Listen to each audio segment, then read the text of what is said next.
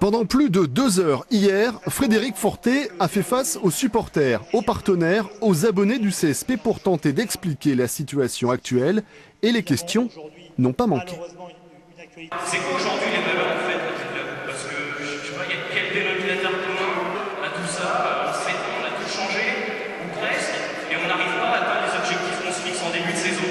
Quand on monte de 2 divisions, c'est quand même très difficile, et je vous dis Poitiers est le contre-exemple, mais c'est quand même très difficile de se dire que les joueurs qui étaient là en N1 pourraient toujours avoir un rôle dans l'équipe aujourd'hui.